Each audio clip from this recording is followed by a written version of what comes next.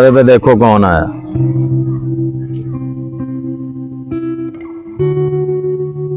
अस्सलाम वालेकुम, मुगल साहब से मिलना है। अच्छा रुको, बाहर काजी साहब आए हैं। जाओ बुला लाओ। चला जाओ।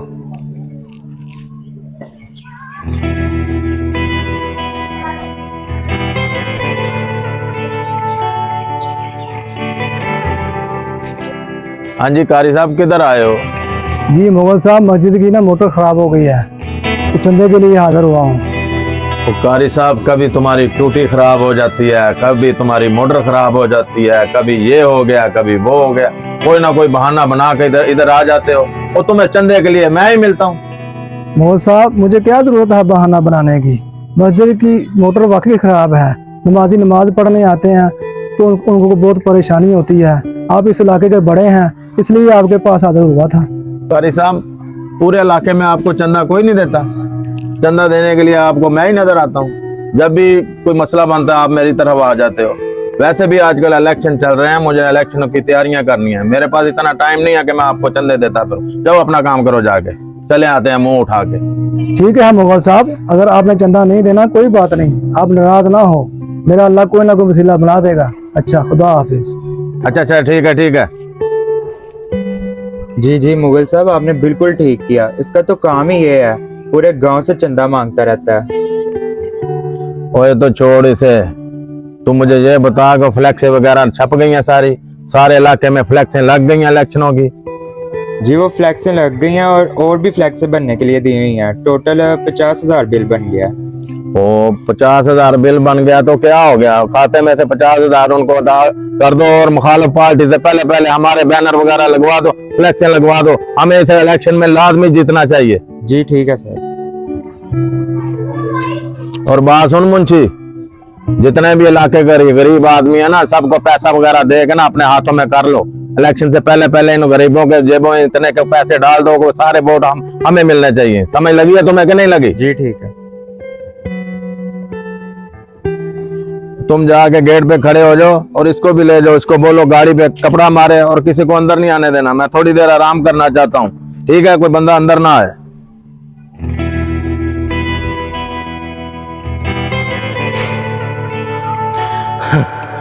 पानी पानी पानी पानी ये मैं कहाँ पर हूँ? कहाँ पर? मुझे प्यास लगी है, मुझे कोई पानी पिला दो। मुझे कोई पानी, अगर मुझे पानी ना मिला तो मैं तो मर जाऊंगा। ए भाई पानी दे दो।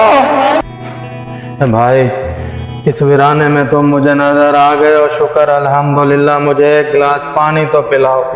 मैं कैसे तुम्हें पानी पिला दूं, और इस बेआबान जगह पर तुम कैसे आ गए? मैं अपने कबीले का सरदार हूँ और रास्ता भटकते हुए इधर आ गया हूँ। तो मेरे पास बहुत पैसा है, मेरा सारा पैसा ले लो, मुझे पानी पिला दो। खुदा के लिए मुझे पानी पिला दो। भाई, तुम्हारे पैसे यहाँ नहीं चलेंगे। ये एक सुनसान इलाका है।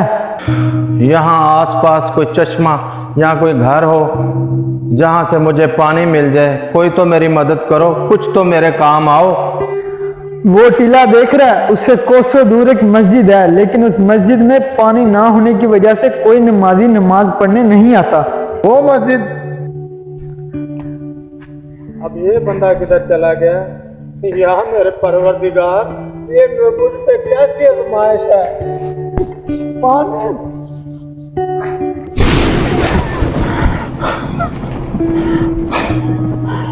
ओ खुदाया, ये कैसा ख्वाब था? मुगल साहब, एक मसला हो गया है। वो पूरे गांव वाले आपके खिलाफ हो गए हैं और आपको वोट देने से इनकार कर रहे हैं। मुझे तो ये कारी साहब की साजिश लगती है। और बकवास बंद कर, जो मुंह में आता है बोलता रहता है। आगे थोड़ी गलतियां मुझसे हुई हैं जो एक और कर लूं। मैं कुछ समझा नहीं। वो इतनी आगे से जुबान ना चलाया कर, जो जैसे मैं कहता हूँ वैसे किया कर। जा जाके गाड़ी निकलवा।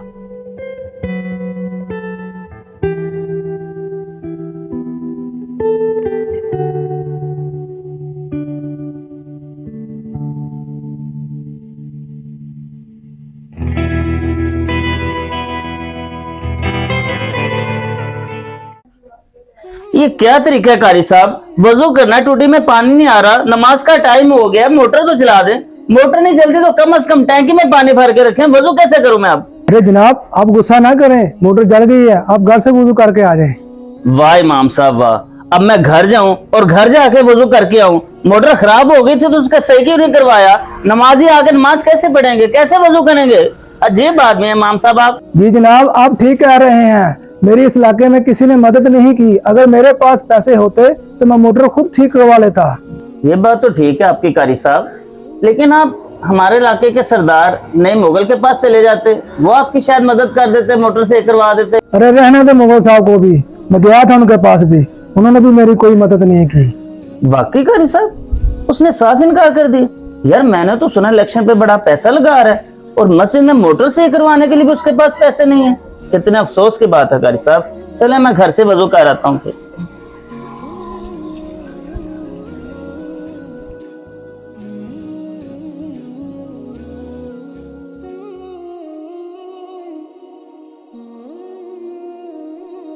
आखिर वो हमारे इलाके के बड़े हैं।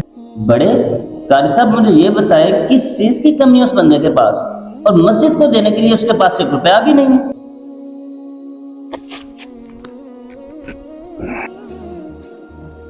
कारी साहब, इन्हें बोलने दें, इन्हें अपने दिल का बोझ हल्का करने दें। वो सही कह रहे हैं जो कह रहे हैं। सरदार मुगल साहब, आप मस्जिद में? खैरियत तो है?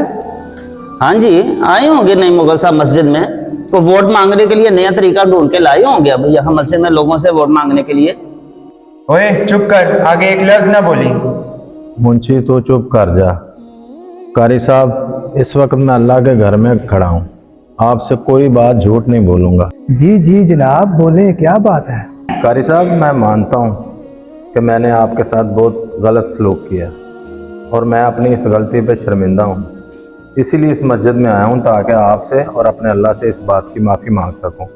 और लोगों का मैंने बहुत दिल दुखाया है। अल्लाह पाक भी मुझे माफ़ करें और आप भी मुझे माफ़ करें। चलो मुगल साहब, ये तो अच्छी बात है, आपको एहसास हुआ। अब अल्लाह भी आपको माफ़ कर देगा इंशाल्लाह। कारी साहब, पानी वाली मोटर पे जितना भी खर्चा आता है ना, आप ये मुझसे लीजिए ताकि ना नमाजियों के वज़ू में कोई कमी ना आए और फौरी तौर पे इसे सही कराएं ताकि अल्लाह ताला की ज़ात मुझ पर राज़ी हो जाए। कारी साहब जी, मुझे तो लगता है नए मुगल साहब ये सब कुछ जो कर रहे हैं ना, सिर्फ वोट के लालच में अभी भी कर रहे हैं, लेकिन याद रखें आपको एक वोट भी नहीं मिलेगा। नहीं मेरे भाई, जब अल्लाह ताला की ज़ात सीधा रास्ता दिखाता है ना, तो इंसान को ये दुनिया की लालच नहीं रहती। इंशाअल्लाह ताला आप कभी ज़िंदगी में मुझ में ऐसी कोई बात नहीं आप देखोगे। अच्छा, अगर ऐसी बात है तो अल्लाह भी आपको माफ करे, मैंने भी आपको माफ किया, गले मिले।